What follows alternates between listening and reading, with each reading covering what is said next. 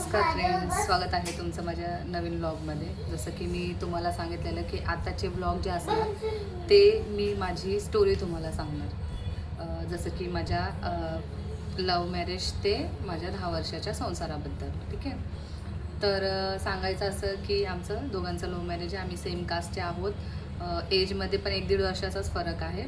Love marriage असून पण आमचं अरेंज मॅरेज झालेलं आहे. मी आणि माझे मिस्टर आम्ही एकाच कॉलेजमध्ये होतो, पण आम्ही एकमेकाला ओळखत नव्हतो. एकाच एरियामध्ये राहत होतो, पण आम्ही एकमेकाला ओळखत नव्हतो. आम्ही दोघांना एकमेकांना ओळखत नव्हतो.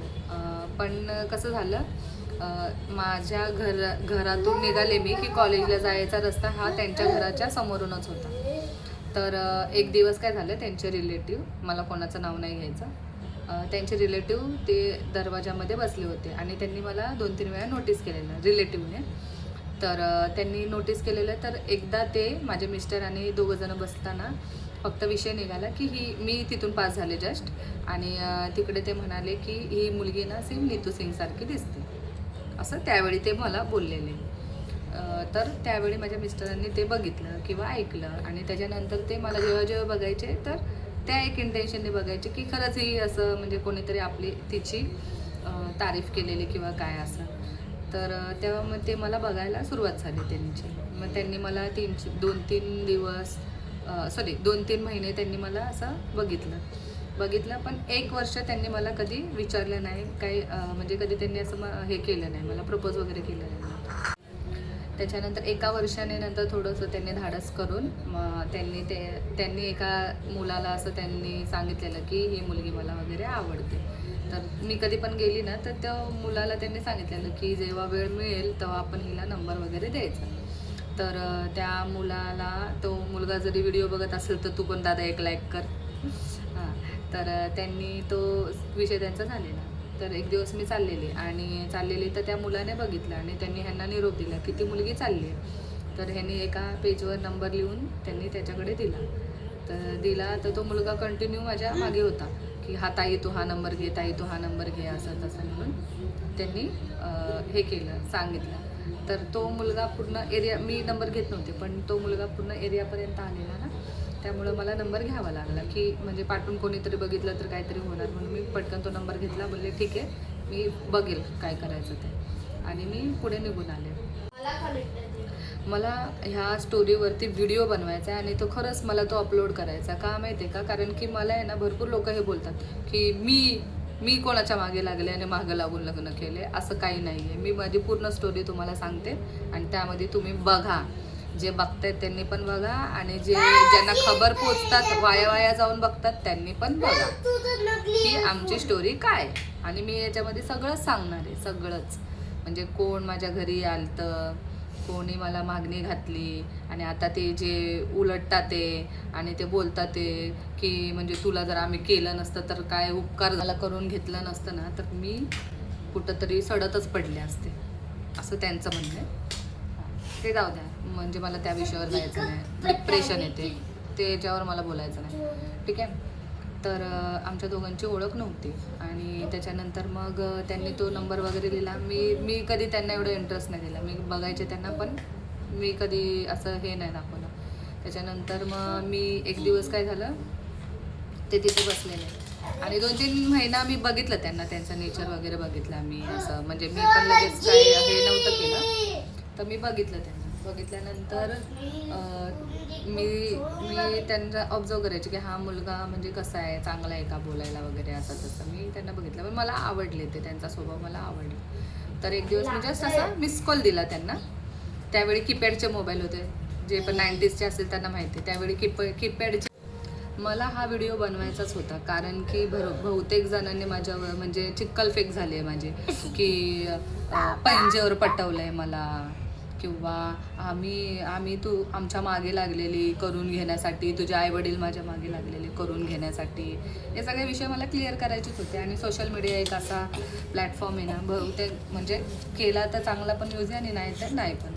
ठीक आहे. पण मी माझ्या गोष्टी माझ्या गोष्टी समजून सांगण्यासाठी, समजून मला कोणाला काही सांगायचं नाही, पण मी फक्त माझ्या गोष्टी शेअर करणार. माझ्या मनामध्ये जे बस माझ्या नवऱ्याला माहिती आहे, माझ्या घरच्यांना माहिती आहे, पण ह्यांचं जे आहे ना ते माझ्याबद्दलचं जे ह्यांचं वागणं आहे ना ते दुनियाला पण माहिती पडू दे ना, मला फरक नाही पडत. तर काय म्हणतात, मग आमची अशी ओळख झाली. आता बाकीचा व्हिडिओ मी नेक्स्ट ह्याच्यामध्ये बनवेल आणि यूट्यूबला मी माझा पूर्ण व्हिडिओ शेअर करीन, तुम्ही नक्की बघा. ठीक आहे, तरी पण मी थोडीशी स्टोरीज सांगते. तर मग त्यांनी मला नंबर दिला, मग आम्ही भेटलो, मग नंतरला आम्ही होकार दिला त्यांना, आमचं असं झालं. त्याच्यानंतरला 1-2-3 6 महिने आमचे चांगले गेले. ते 6 महिन्यानंतर माझ्या घरामध्ये कळलं की असं असं माझं आहे. तर घरच्यांनी काय म्हणजे मग पप्पांपर्यंत नव्हतं गेलेलं, पण बहिणीला, मेहुण्याला आणि काय म्हणतात माझ्या मम्मीला माहिती पडलेलं. तर त्यांना पसंत होतं, बहिणीला आणि मेहुण्याला एवढं काय पसंत नव्हतं. ती स्टोरी वेगळी आहे, ते मी नंतर सांगेन. आणि त्याच्यानंतर मग मम्मीने माझ्या पप्पांना म्हणजे कन्व्हिन्स करण्यासाठी असं नाही सांगितलं की माझं लव्ह मॅरेज आहे किंवा मला एखादा मुलगा पसंत आहे म्हणून. पप्पांना असं सांगितलं की एक अशी लेडीज आहे, ती तिच्या मुलासाठी मागणं बघते आणि ती आपल्या मुलीचा हात मागते म्हणून असं माझ्या पप्पांना त्यांनी सांगितलं. माझ्या पप्पांना असं माहिती नव्हतं की असं असं आहे म्हणून, कारण की माझ्या पप्पांना अपेक्षा होती की मी भरपूर शिकावं, हे करावं. ठीक आहे, चुका असा सगळ्यांच्या, ठीक आहे, त्याच्यावर मी काय बोलत नाही. तर त्यावेळी असं माझ्या पप्पांना सांगण्यात आलं, पण माझ्या पप्पांनी पण ॲग्री केलं. ठीक आहे, तुला पसंत आहे म्हणजे मला पसंत आहे मुलगा, तर आपण बोलूया, घरी बोलूया आणि बघूया काय आहे काय नाही ते. तर मग आम्ही नंतर ठरवलं की त्यांना बोलवायचं घरी. आणि असं ज्या दिवशी माहिती पडलं ना, त्या दिवशी थोडंसं माझ्या घरी माहिती पडलेलं ना, त्यावेळी थोडा प्रॉब्लेम झालेला. म्हणजे मम्मीला तर पसंत होतं, पण ठीक आहे, बहीण आणि थोडा मेहुणा थोडंसं हे करत होते, त्यांना पसंत नव्हतं की काय असं म्हणून थोडंसं म्हणजे थोडंसं टॉर्चर टाईप थोडंसं करत होते. तर त्याच्यानंतर मग तसं झालं, थोडा आमचा वाद चाललेला घरातल्या करत होते, चाललेला आमच्या घरामध्ये. तर माझ्या मिस्टरांचं आणि माझं असं बोलणं झालेलं, हां ते क्लिअर करते मी. हां, माझ्या मिस्टरांचं आणि माझं असं बोलणं झालेलं की म्हणजे मी जर मिस कॉल देईल त्यांना तर ते त्यांच्या आईला माझ्या घरी पाठवतील, म्हणजे काहीतरी विषय करायला. तर विषय असा झाला, ते आता त्यांचं पण काय माहिती, त्यांना काय माहिती आहे की माहीत नाही, ठीक आहे, पण विषय असा झालेला की मी जेव्हा त्यांना मिस कॉल देईल तेव्हा त्यांच्या त्यांनी माझ्या घरी यायचं. तर मग विषय झाला, माझे भाऊजी माझ्याशी थोडेसे भांडत होते, ओरडत होते, रागवत होते, असं तसा चाललेला विषय. आणि ते बोलले दे त्याचा नंबर दे, मी त्याला कॉल करतो, असं करतो तसं करतो. आणि रात्री 11:15 वाजता माझ्या भाऊजींनी काय केलं, माझा नंबर घेतला आणि त्या मोबाईल घेतला आणि त्यांनी त्या नंबर प्रेस केला आणि तिथे मिस कॉल गेला ह्यांना. तर ह्यांना वाटलं की मी मिस कॉल दिला आणि त्यांच्या घरच्यांनाच बोलवून घेते मी, असं त्यांना वाटलं.